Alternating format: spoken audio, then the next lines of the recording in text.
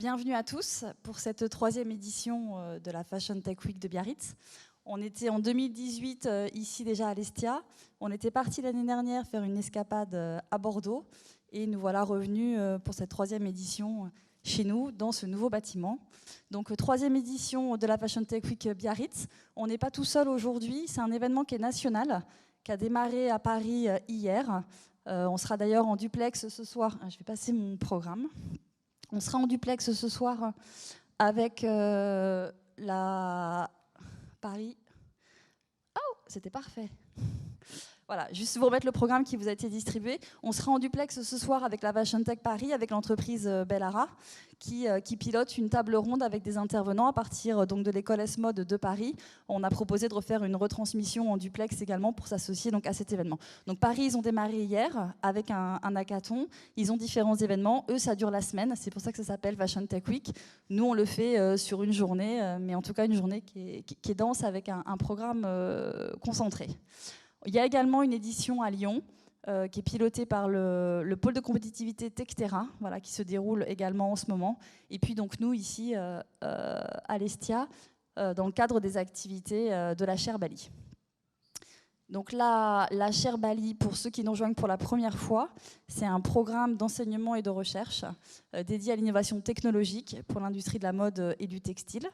C'est un programme qui est financé par des industriels qui aujourd'hui sont largement présents et qui vont non seulement vous présenter leurs activités, leur vision, leur ambition pour cette mode du futur, mais qui vont aussi partager les premiers travaux qu'ils opèrent avec nous et sur lesquels ils travaillent, parce qu'on a ce rôle de disséminer auprès des acteurs, des professionnels que vous êtes, le travail que l'on fait, ça fait partie de la mission de la chaire. Donc parmi eux, on retrouve le CETI, le Centre européen des textiles innovants, donc avec Pascal Denizard qui va intervenir. On a l'entreprise donc Bellara, alors qui est à distance, mais j'ai vu Pascal et Sarah qui sont là, donc qui sont là aussi pour échanger avec vous tout au long de la journée. On a Decathlon, qui était un acteur déjà précédent, qui travaille avec nous depuis plusieurs années. Et puis le groupe Eram, Petit Bateau, et l'entreprise Patatam. Donc pour les membres. Et on est également, ils financent le programme, mais on a également la région Nouvelle-Aquitaine qui aussi, depuis 4 ans, est à nos côtés et finance le programme de la chaire.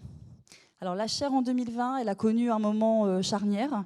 On a terminé un premier volet de travail en juin, donc les 3 premières années. Donc pour ceux qui étaient déjà là les années précédentes, voilà, vous avez suivi nos activités, on a fait des études, on a fait des travaux. On a eu un gros livrable qui est une future plateforme qui va voir le jour l'été prochain sur la côte basque, qui est une plateforme dédiée à la circularité, à l'automatisation de la circularité pour l'industrie de la mode.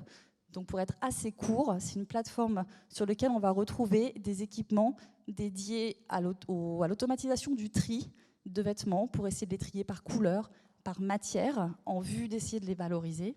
On va avoir des projets et des cellules de démantèlement, ce qui veut dire qu'on va essayer d'enlever sur les matières où il y a des logos, où il y a des formes, où il y a plusieurs matières. On va essayer de séparer tout ça de manière le plus automatisée possible et le plus intelligent possible pour pouvoir derrière récupérer les matières et pouvoir en refaire du fil. Et en tout cas, d'essayer de les réintroduire dans l'industrie de la mode pour essayer d'être dans la circularité et en boucle fermée. Cette plateforme, elle sera coopérée par l'Estia et par le CETI.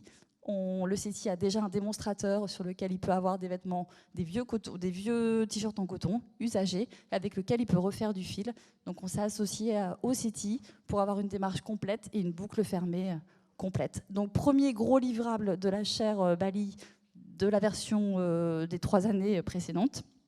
Et puis en juillet, on a redémarré pour 3 années supplémentaires, un nouvel engagement.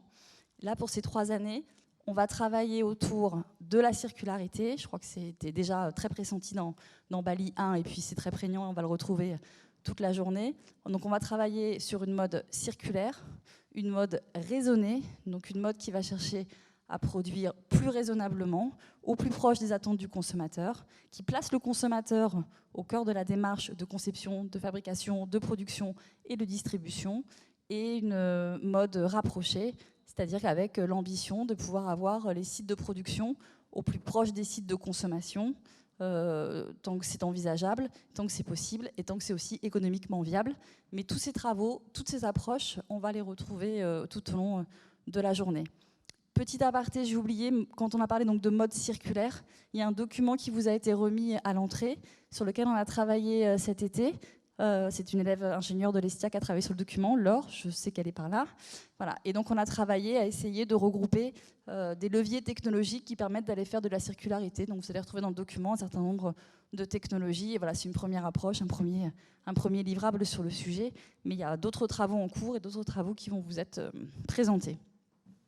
Donc on repart donc sur des ambitions pour 3 ans.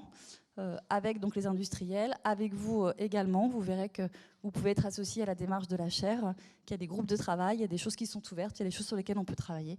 En tout cas, on est ravis de vous avoir aujourd'hui en nombre malgré les circonstances et à l'Estia.